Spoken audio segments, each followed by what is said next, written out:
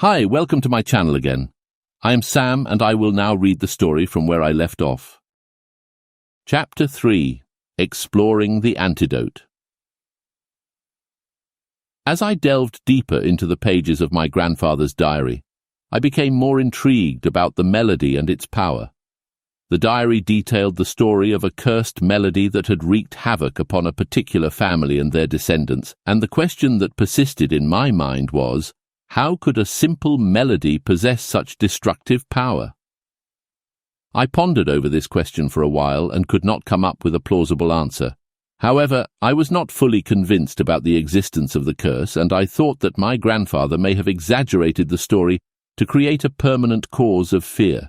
Furthermore, I believed that since Frederick, my great-grandfather, had been suffering from guilt, he had admitted his misdeed and mentioned the letter he had received from Jacob before his death. Hence, everyone had believed that the curse was real. During those days, people were superstitious and believed in supernatural things, which only reinforced my skepticism. Despite my skepticism, I read through the remaining pages of the diary and was amazed at the various strategies my grandfather had formulated to nullify the effects of the evil melody. Some of the strategies were incredibly intelligent and logical, and it seemed that they could effectively suppress the sound of the evil melody and create dissonance. Although I did not believe in the existence of the cursed melody, I decided to write an antidote melody before attempting to play the evil melody. I felt that it was better to be safe than sorry, and so I set out to create a melody that would counteract the consonants of the cursed melody. Firstly, I listened to the melody in my head, trying to understand how it would sound if played on a violin. Then I began to compose an alternative melody that would break the consonants of the evil melody. I worked tirelessly, drawing inspiration from various musical compositions, and finally, after a few days, I created the Antidote melody. I was feeling proud of my creation, and I decided to test it out by playing it on my violin. As I began to play, I could feel the melody flowing through me, and it was as if the notes were alive. The melody I had created was powerful and beautiful, and it was unlike anything I had ever played before.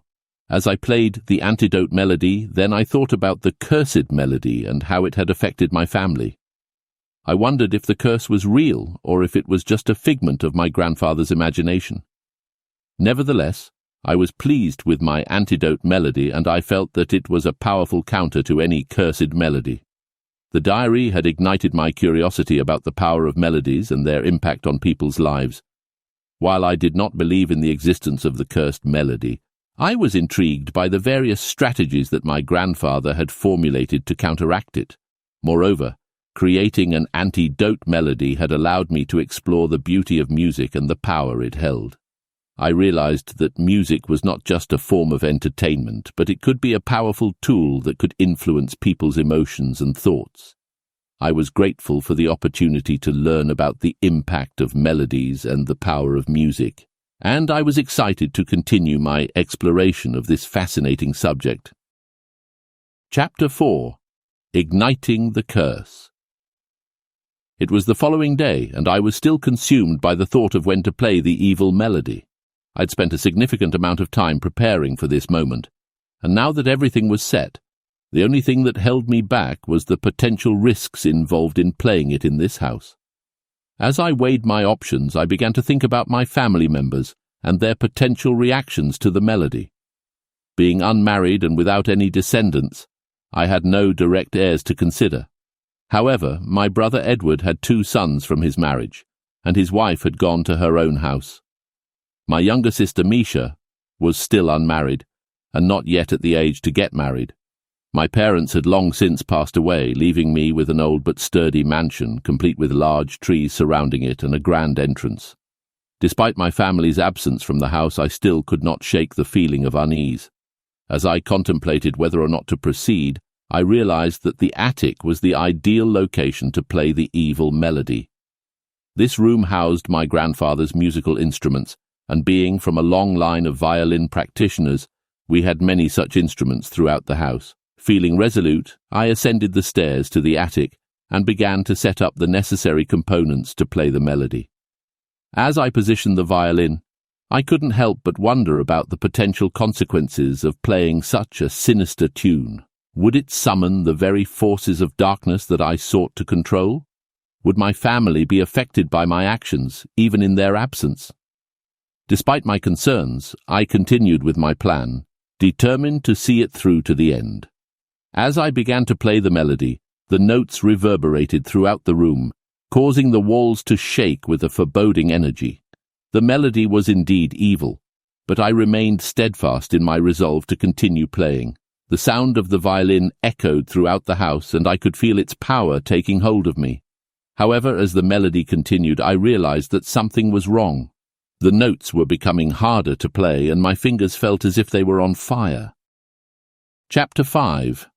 The Final Battle. As I sat there with my violin playing the haunting melody that had seemed to take over my very being, I couldn't help but feel a sense of dread creeping up on me. The tune was dark, eerie, and mysterious, yet I couldn't stop playing it. My fingers moved of their own accord, finding the right notes with ease, as though they had a mind of their own. It was then that I realized that I was no longer in control. The melody had taken over, and I was merely a vessel through which it could be expressed. Every note that emanated from the instrument seemed to touch me deeply, resonating within my soul as if I was being transported to another realm entirely. As I continued to play, I became aware of the silence that had enveloped me. Outside, there was no sound save for the howling of the wind as it whipped past the windows, its eerie whistling adding to the ominous melody that I was producing. The storm that had been brewing all day seemed to have finally unleashed its full fury upon the world, and it was as if the elements themselves were joining in with my musical offering. And then I felt it, a sensation of pure, unbridled fear that seemed to have gripped me from nowhere. It was as though I was being sucked into a vortex of blackness where there was nothing but darkness and despair. I could feel my body slowly becoming paralyzed, but still I played on, the violin seemingly a part of me now. And then, out of the darkness, a figure appeared. He was shrouded in a black robe that seemed to absorb all the light around him, leaving him as a shadowy silhouette. In his hands, he held my violin, and he was playing the same tune as me, but with a sense of malevolence that I had never experienced before. I watched in horror as he repeated each phrase of the melody, his fingers moving with a sinister grace as he drew out the notes, twisting them into something dark and twisted. It was as if he was trying to claim the melody for himself, to take it away from me and make it his own. But I wasn't about to give up without a fight. With all my strength, I summoned the knowledge that had been passed down to me by my grandfather, a legendary violinist in his own right.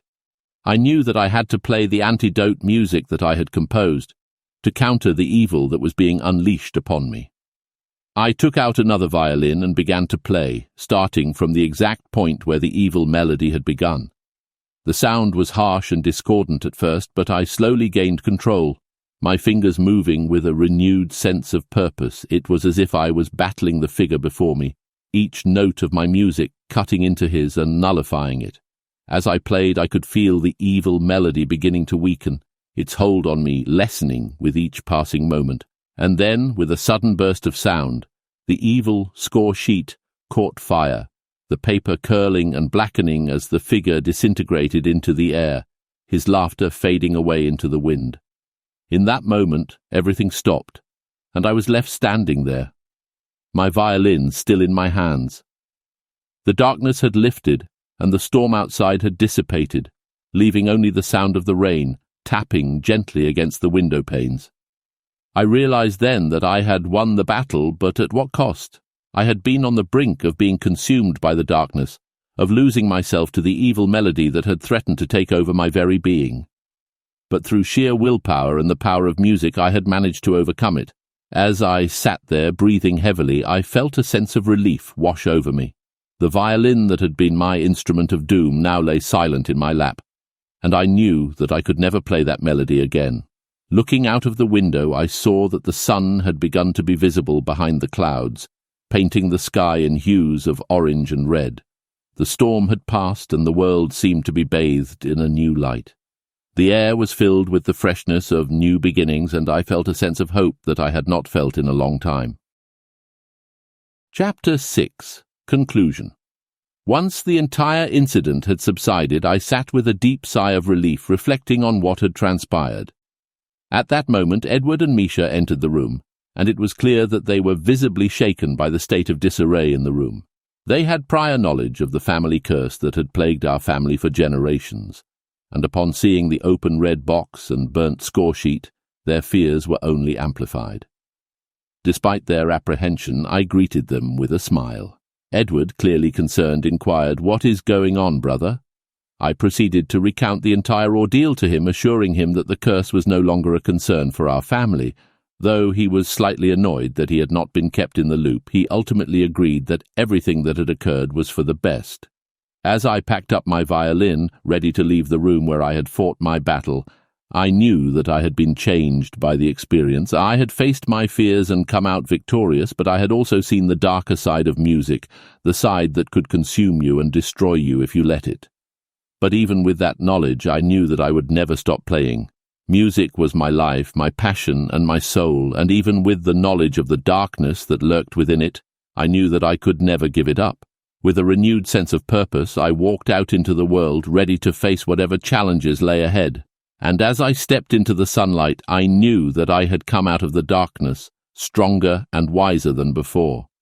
With a collective sense of joy and relief, we were finally able to bask in the happiness that had eluded us for so long. Wrapping up the story here. I hope you've enjoyed the narration. If you've liked it, consider subscribing and hitting the bell icon to stay updated with future story releases. Thank you for listening.